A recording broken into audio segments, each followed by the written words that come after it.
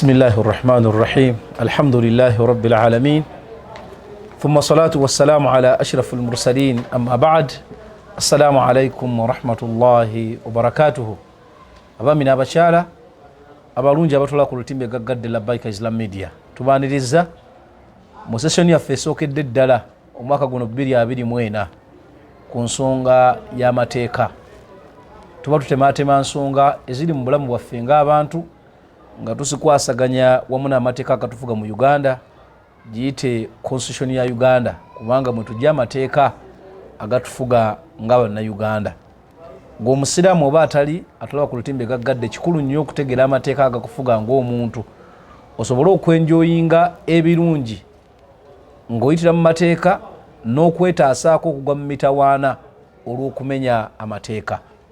Twasookera ku kisaawe kya bufumbo kye tuzze tutambuza tumanye amateeka agakikwatako kubanga famire kigambo kikulu. Mukadde waffe gwe tutambula naye ye kanso Ibrahim Kivumbi era nga tulinayo olwaleero luno nja kusaba ssebo kanso obuuze ku batula ku timbe gaggadde. Abatula mwenna ndi musanyufu okubeera nga nkomyewo n'enkyazibwa era mbalamusaako nti assalamu alaikum warahmatullahi wabarakatuh. Wa alaikum assalamu warahmatullahi wabarakatuh. Ssebo mukuliko eyo twavaayo ssebo mawulire gatutuukako ssebo nti mwaliko mu lugendo olutukuvaawo under Labbaika Travels. Ssebo bannayino ye Labbaika Travels abasajja nga bano mwe batambulira era naffe nga twazze tubategeeza olugendo lwali lunyuvu nnyo ebyokuyiga byali bingi. Kanso njagala tutandikire bunyini bwe twakoma. Obufumbo buyingiramu okusinziira ku mateeka ga Uganda tubukoleramu ensobi nnyingi ng'abantu era emisango mingi tuzza mu butamanya nga tutandika ekisaawe kino eky'obufumbo mu kukiyingira n'ebirala bye tukoleramu omwo ebitakkirizibwa mu mateeka. Awo wennyini we njagala tutandikire era bwe twakoma. Twali tulambulula obufumbo buno twagenda ku bufumbo bwa chaachi ne tunula obufumbo obuli civil na biki bye tuteekeddwa okutunuulira ennyo nga tuyingira obufumbo bw'ebika bwe bityo.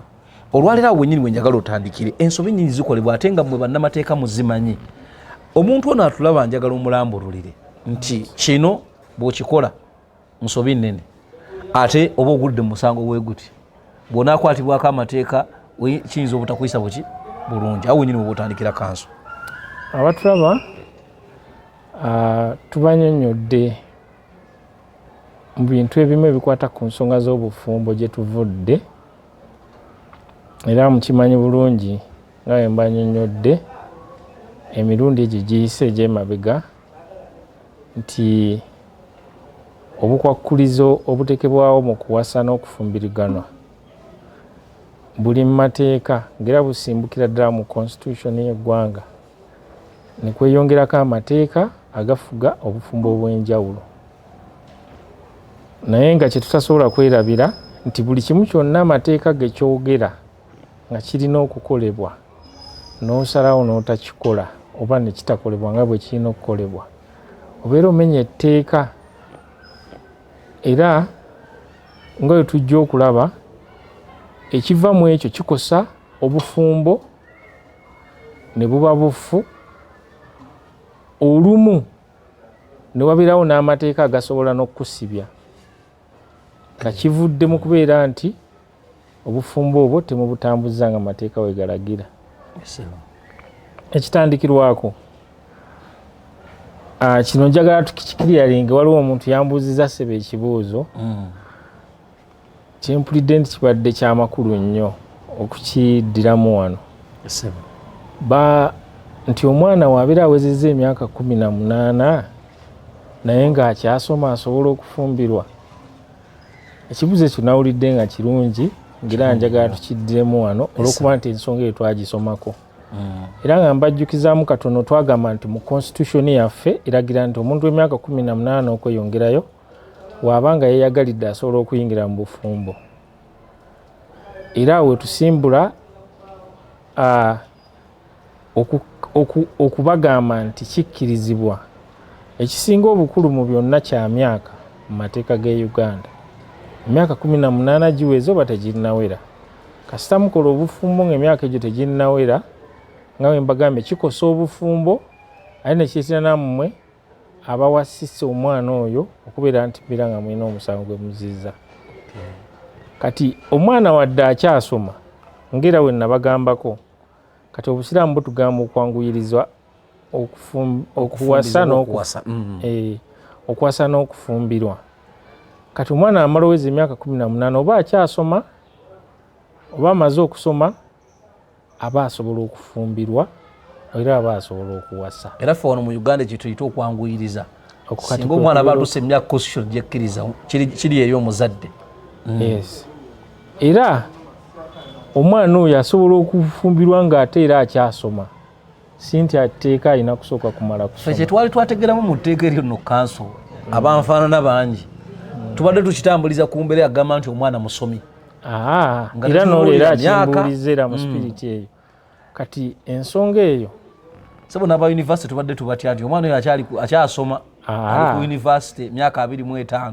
Mu mateeka g'e Uganda eky'omuntu okuba nga akyasoma n'omuwasa si musango ku level zonna, kuba omuntu asobola okubeera ng'ali mwesi wano naye nga alina emyaka 21 oba 25. Tunamugaana okufumbirwa. Kati tolinanga gy'omugaana kufumbirwa olw'okuba ali mwesi 1. Kati class omuntu mwali si kyekikulu, emyaka kyekikulu, ekikulu kya myaka. Era emyaka egyo ebyo nga gituukiridde bulungi awo tugamba nti obufumbo busobola okuyimirirawo nga bwe tuzze tubagamba. Ekyemyaka mu nsonga z'obufumbo kikulu nnyo. Tetutunuulira ndabika ya mwana ti omuwala yabadde munene nga muwanvu nga lirabika likuze gwala lyabadde lirabika nga likuze. Tetupimisa maaso emyaka tebapimisa maaso, waliwo obujulizi obulaga emyaka gy'omuntu. Era ne kino njagala nakyo tukitegeere. Amateeka g'e Uganda gatulagira emitendera mwe tuyita okwewasa.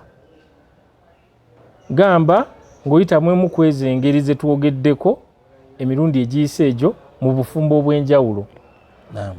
Twogedde ku bufumbo bw'Abahindu, twogedde ku bwa customary obw'obuwangwa, ne twogera ku bw'Abasiraamu we tuyita Muhammadan's marriage, ne twogera ku bufumbo bwa civil marriage obwe bakolera mu ofiisi ya registrar w'ebyobufumbo, ne twogera ne ku bufumbo obwa church.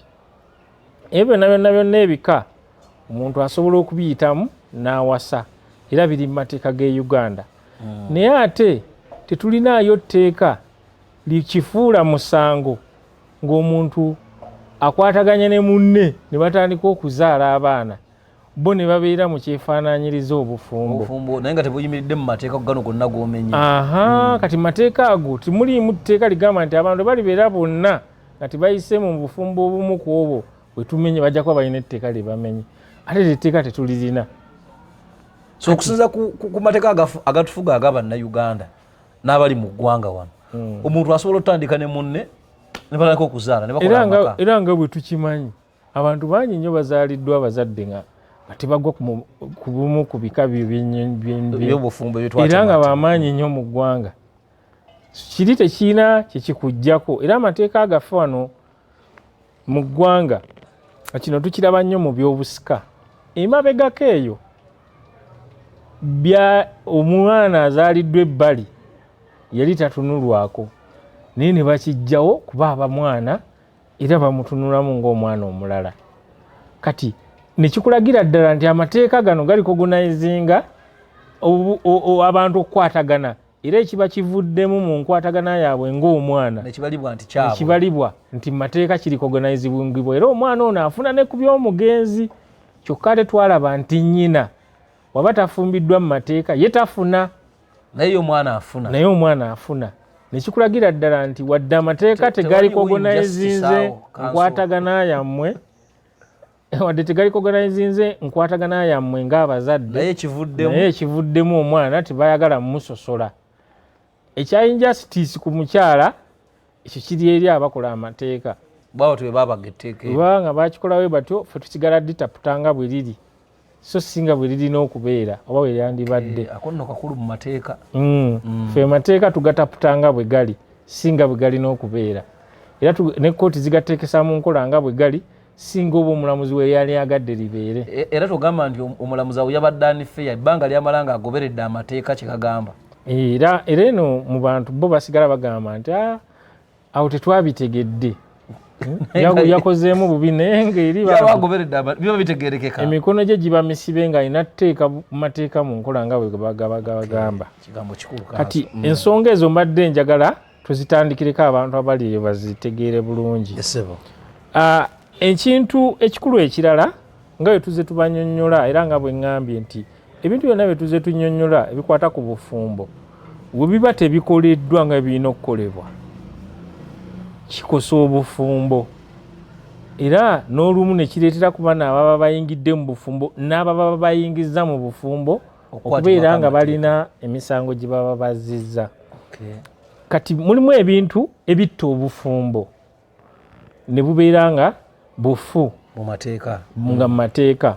Kati waliwo obufumbo engeri obufumbo bwe busobola okubeera nga bubadde bulamu naye ne bufa, naye waliwo n'ebisobola okutta obufumbo ne buba nga bulinga n'obutayimirirawo nga ddala ebintu ebiri mu requirements zino ze tuzze twogerako singa ng'obufumbo tebunakuyimirirawo ekintu kigwa mu requirements kigwa mu bisaanyizo by'okuwasa ng'ebisaanyizo kikosa obufumbo n'obufumbo ne bubanga n'obutayimirirawo ffe mateeka eno kye tugamba nti buba void nti obufumbo bulinga obutayimirirawo.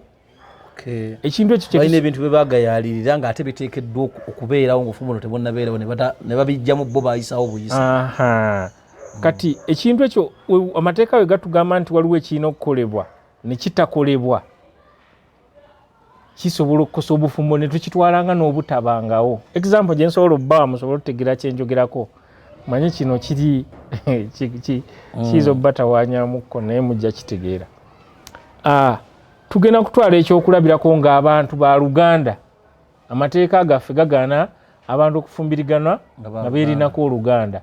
Kati tetugenda kugamba nti abantu bano bafuuka ba Luganda nga bamaze effumbiriganwa ne balowooleza okugamba nti bakwatagane bafumbiriganwe ba Luganda ekitegeeza balina etteeka lye bamenye nga tebanaanagenda na mu kikolwa kya bufumbo. Ekitegeeza kanso kyogamba mu example egyoleese nti balina baba nga bayingidde ekisaawe ky'obufumbo naye ne bakizuula luvannyuma nnyo nti ba Luganda awo wennyini ensonga ziba zonoonese. Obufumbo tukitwalanga n'obutaaliwo naye wadde tukitwalanga obutaaliwo era bagenda mu kooti yeebusattulula so si kwogera bwogezi. Ensonga zonna ez'obufumbo nga zimaze oyimirirawo okuzisattulula mwe tugenda okulaba mu maaso eyo zisattululwa kooti era nze nkibagamba. Kati example eyinza okwawukanira ku ekyo okugamba nti obufumbo busobola osattululwa olw'ensonga ate ezzeewo ng'obufumbo bwo bwabeerawo. Kati ezo ensonga tuzirina. Kati waliwo omuntu amateeka gatukkiriza nti singa mba ddala obufumbo twogera nnyo ku bufumbo bw'abantu abafumbiriganiddwa mu kyaki ne civil marriage kubanga buli obwa shariya ebyo bisigala ku bakugu mu shariya bye balijjo tunnyonnyola ddi abantu bano bwe baawukana nga baseeka abakugu. Kati byenjogera obudde buno tubitwale nti bikola nnyo ku bufumbo bwa civil marriage ne church. Kati omuntu bwe baba bamaze okufumbiriganwa bulungi ng'obufumbo buyimiriddewo kati olugira amateeka gatugaana abafumbo abo kola obwenzi ekiyitibwa adultery.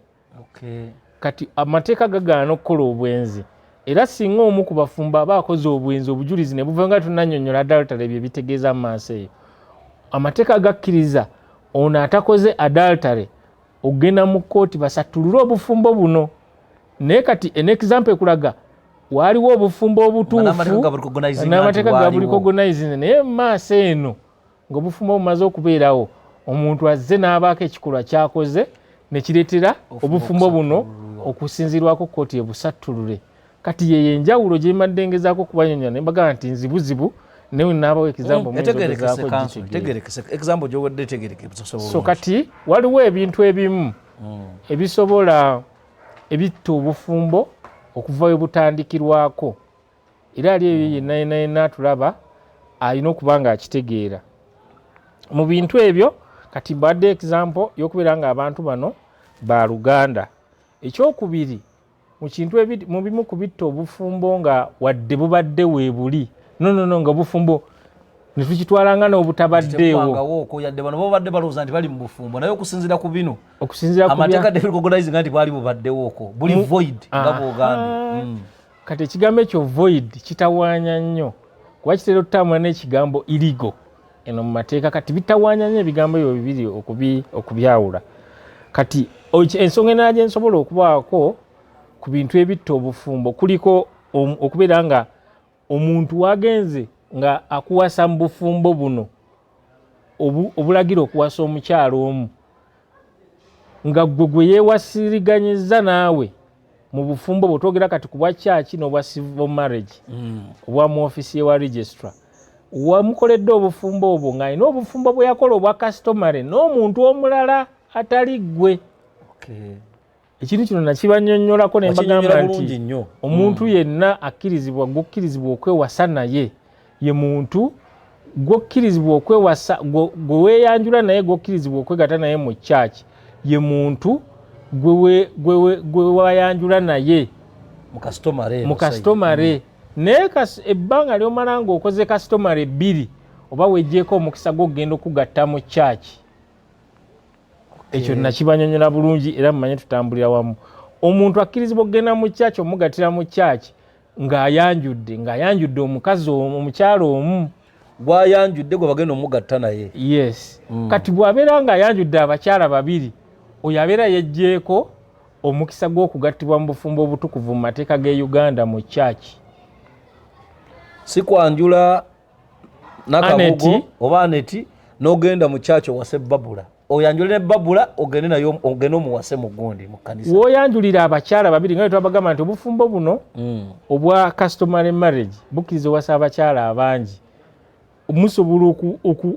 osobola okuwasa abakazi 2 naye bw'obawasa tokkirizibwa genda mu kyaki kugatta naye owasa omukazi omu oyo yennyini mu bufumbo bw'obuwangwa gwe bakugase naye gwe balina okutwala gwe olina okugenda naye mu kyaki.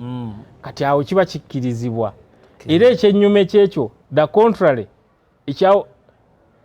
ekintu ekyawukana ku ekyo kyenjogedde obufumbo tubutwala ng'obutaaliwo. Wagenda n'oyanjula Barbara ate nomala n'oyanjula ne Aneti ate lujja Aneti gweyanjudde ogwokubiri n'ogenda n'omutwala mu kyaki kati tukitwala nti obufumbo bwa kyaki bulinga ng'obutabanga nawo. Mulimu byammwe amateeka tegabiraba. Obufumbo bwammwe bufuera bulinga n'obutabangawo. Era n'ensonga endala naye kansawo nyini kambuuze wamutwala mu kyaki babagatta atutte Babuloni gwe twogeddeko babagatte mu kyaki nga yamwanjula ngana mukyala namba 2 buno obw'omu kkanisa bwe buba obufu oba kino kiviirako ne buli customary okufa. Bwa mu kkanisa bwe buba obufu naye aba akyali mukyala mu customary bano abakyala 2 bakyali babe kuba yo customary ekkiriza abakyala asukka ku omu. Esebo.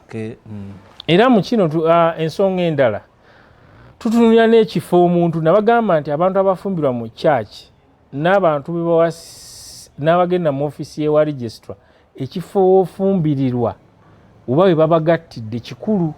Era singa mukolera obufumbo bwo mu kifo ekitakkirizibwa mu mateeka for example nga kyaki teri licensed obufumbo wammwe tubutwala ng'obutaaliwo bwe bukulu bw'ensonga ku nsonga y'ekifo bwe bagenda obbagattira ensonga eyo nkulu nnyo. Okanyagamba nti baatugatta faza gundi yaliwo pasita gundi yaliwo naye nga babagattira ku beach ate nga ekifo ekyo mu mateeka tekyali licensed kuholdinga bufumbo obwo.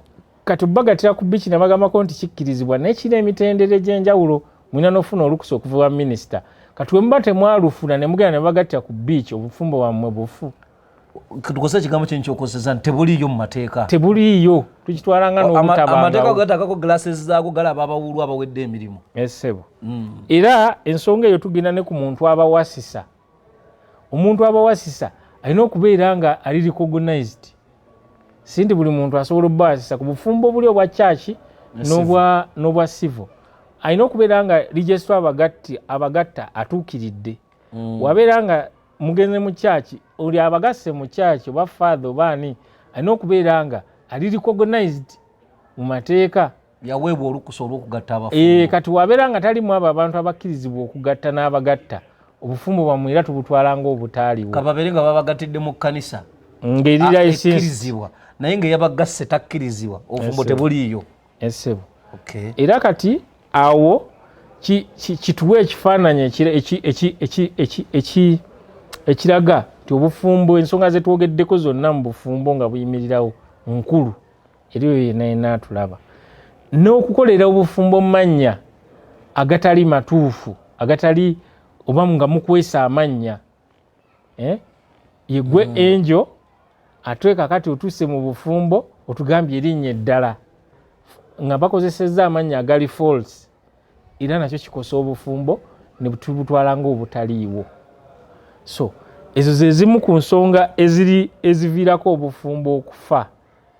Kati ensonga ezo ennyingi tujja kwongera nnyo okuzinnyonnyola nga tuli mu kunnyonnyola enjawukana mu bufumbo kubanga ensonga zino bwe tumala okuzitegera bwe tutyo ze zituviirako okusazaamu obufumbo nga tugenda okulaba amaaso awo ze tusinziirako nga tugenda mu kkooti tuzze tusazeemu obufumbo buno olw'ensonga eno n'eno webeyita mu mateeka nga kkooti ebisazaamu ge bagamba nti temukyali bafumbo. Kati mu bufumbo buno nga bukolebwa waliwo emisango egizzibwa ng'abantu bali mu bufumbo oba nga bufumbo bukolebwa kimenya mateeka omuntu okubeera nga awasa omuntu ate era omufumbo gwawasa oli mufumbo ate ne guwasa mufumbo ekyo kimenya etteeka era singa omusango guba gubasse mu vvi ne bagamba nti mwaguzza basobola obbasiba emyaka 5 okuwasa omuntu omufumbo nga naawe oli mufumbo musango kakati omuntu asobola okugamba nti ate singa oli mufumbo nze nga siri mufumbo era nagwo musango ng'ogenda olumbe ennimiro ya munno gye yasalira nga yagifuna mu mateeka wobeera nga omuntu oyo okitegedde bulungi nti era si mufumbo n'ogenda mu maaso newewasa naye nga gwe oli mufumbo gwe toli mufumbo naye ne muyingira mu bufumbo obulala era naawe obuzzizza omusango era nawe basobola okusiba emyaka 5. sisobola kwewozaako ekitegeeza ninafuna akanso mulungi tugende mu kkooti newozeko nesaamanya basobola okubeerawo obujulizi obulaga nti bwamanya. Ennaku zino abantu babeera nga balina kye baagala okukola ne bibira ku social media okwo ne bagamba gundi ogenda fumbirwa naye nze gyendi ndi mukyala we kakati gwe n'otafa era ngeri gyotugamba nti tewamanya andikaso waliwo n'abavaayo nga babulimba nga nabo baagala kusatulula nsonga andi kati oyinza okulowooza nti wabulimba naye ngaono ate ye mutuufu. So you must verify. Abeera if you don't take reasonable steps okumanya nti mufumbira musango so olina okubeera nga onyoonyereza ku muntu gw'ogenda okuwasa okukakasa nti si mufumbo tali yamwinako bannannyini mu mbeera y'obufumbo. Essebo kati n'ensonga endala omuntu ono awasisa abantu bano ng'akimanyi takkirizibwa bawasisa oba bagatta naye abazeeza omusango era naawe basobola okukusiba seba atuli abo oba nnyabo ali eyo ng'ogassa abantu nga tokkirizibwa basobola okukusiba era naawe emyaka 5 era n'abantu kyotali yakugatta abantu mu bufumbo. Essebo ensonga endala omuntu okubeera nga awa ebiwandiiko ebifu otuwa information enfu mu process y'ebyokuwasa bakubuuzizza emyaka oyogeddeyo emyaka emifu ng'okimanyi ng'olina byogezaako yisaawo ebibyo ffe bye tutamanyi bakubuuzizza amannya go n'oyogerayo amannya amalala olw'okuba olina obufumbo bwe walimu nga wano oyagala okyusa amannya n'obaako ebintu by'oyogera ebitali bituufu oba bakubuuza amannya g'abazadde bo n'owaayo information enfu. So mu process eyo neekwatagana n'ebyobufumbo nga bwe twabanyonnyola process weeri empanvu abantu abo babeera nga babiyitamu nga beewasa n'owaayo information enfu obeera ng'ozizza omusango era nawe basobola okukusiba ebbanga ery'emyaka 5. Ssebo kaakati n'emisango emirala bwegiri gye tulaba wano naye egyo gye gimu kugisinga okutambula mu bulamu bwaffe obwaleero egyo gye nnokoddeyo. Kati ensonga endala gye njagala tulabeko obaolyawo gye tuyinza okuggalirako obufumbo buno bwe buba nga bubaddewo waliwo ebintu ebiva mu bufumbo bumaze mwewasiza bulungi mubaddewo waliwo ebintu ebiva mu bufumbo okugeza waliwo abaana muzadde abaana so amateeka googera ki ku baana abo be muzadde muwasiza obufumbo bubaddewo emyaka gyonna kati muzadde n'abaana ekintu ekyokubiri ekyo ebimu ku bye tugenda okutunuulira ekimu ekirala nga tuvudde ku baana abantu bwe bafumbiriganwa bamanyi okukola akasente kaabwe olumu ne bafunayo ne properties nga bazifunidde wamu so kati ebintu ebyo tujja bitunulako gye bujja mu maaso nga Mungu atuwadde obulamu inshallah. Wallahi ensonga z'okonyeko zonna kanso zibadde ensonga nkulu era nkasiza ddala nti abali mu kisaawe naddala obufumbo bw'okonyeko ekirungi ekiri ku sayidi eno ku bufumbo buno obw'obusiraamu n'amateeka gabo agabufuga wano ku Labbaika Islam Media omuwalimu waali nga yasomesa bufumbo bwa busiraamu n'amateeka agabufuga so nkakasiza ddala nti session eno eyambye nnyo ate baganda baffe abatali basiraamu okwongera okutegeera ekisaawe kino kye balimu oba kye baagala okuyingira n'amateeka agakola ki agagifuga bannaye emisango gye tuzza mu mbeera y'okutandikawo obufumbo ne mu bufumbo kanso gazezaako okubeera nga azitukubiramu ttooki. Let us be cautious. Ogaane kutambula mu nsi muno ng'olowooza nti tewaliiwo tteeka likufuga ku kintu naye ng'ate etteeka weeriri ojja kugwa mu mitawaana olw'obutamanya ng'ate obutamanya tebugenda kukutaasa tojja kugamba nti nze saamanya nti etteeka eryo gyeriri etteeka lijja kubuuza lwaki tewamanya. So mu mbeera eyo tusaba Allah jalla jalaaluhu Allah atugonze tutambulire ku mateeka nga bwe tuteekeddwa okubeera nga tugatambulirako. Kanso Ibrahim Semu njagala okwebaza gwe bali kutuwanga kadde nojja kuwano ku Labbaika Islam Media ate n'osobola okugabana ekyo Allah kye yakuwa n'okigabana n'abantu abalala. Tusaba Allah akwongere irimu ate Allah ateeke omukisa mu byonna by'okola n'emirimu gy'otambuza. Abaami n'abakyala abadde batoota obuliro ku Labbaika Islam Media mwebale nnyo mwebalire ddala. Ekyo nno kye tuyita okukuseseetula okujja ku ddaala ly'oliko okuzza ku ddaala eddala kubanga woomanya weetaasa bingi awandigenze n'akasente ka akatono k'ofuna mu kubeera nga bwerwanako abo omanya mu ntandikwa n'otakola ate oba weetaasizza kinene nnyo.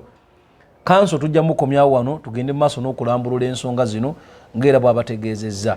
Mubadde balabi balungi ku lutimbe gaggadde Labbaika Islam Media omwanjuzi era omuteesiteesi abadde Imam Bilal Kitimbo Asumani Menya Imam Cham Towers abatussaamu ensimbi Labbaika Travels gendayo wali ku Cham Towers room 221 otekeyo ensimbi zo ku umra ya Ramadan ate naawe alubirira okugenda mu hijja ey'omwaka guno naawe obeere ng'oteekayo ensimbi zo enteekateeka yatandika dda ey'ebyo ebibiri hijja ne umra genda wali eri ku Labbaika Travels Cham Towers Shopping Mall ensonga zijja kuba zitambula bulungi nnyo.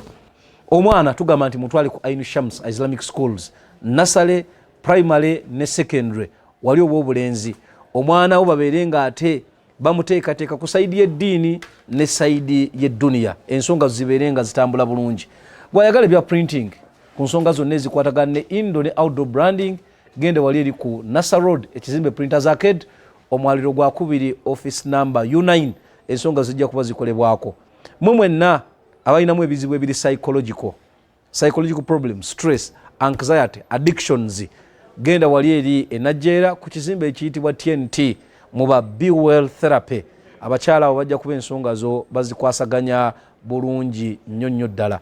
Gwe omusiraamu ayagala okwambala onyirire ku kanzu ez'ebbeeyi kanzu egenda mu nfuna yammwe yonna genda wali eri ku Aro Center ku dduuka lyaffe Labbaika Islamic Fashions ojja kuba okolebwako mu mbeera esingira ddala okubeera ennungi. Ramadan yina esembedde abakyala mwagala okunyirira shari ennungi ate mu bbeeyi ey'okuteesaganya engoye ennungi ez'obusiraamu genda ku Labbaika Islamic Fashions wali ku Aro Center downtown awo ensonga zijja kuba zitambula bulungi oba otukoneko ku numbers eziri wansi awo ensonga zijja kuba zitambula bulungi nnyo. Mwebalire ddala Mukama Katonda abakuume Mukama Katonda ateeke omukisa mu bye mukola byonna. Assalamu alaikum wa rahmatullahi wa barakatuhu.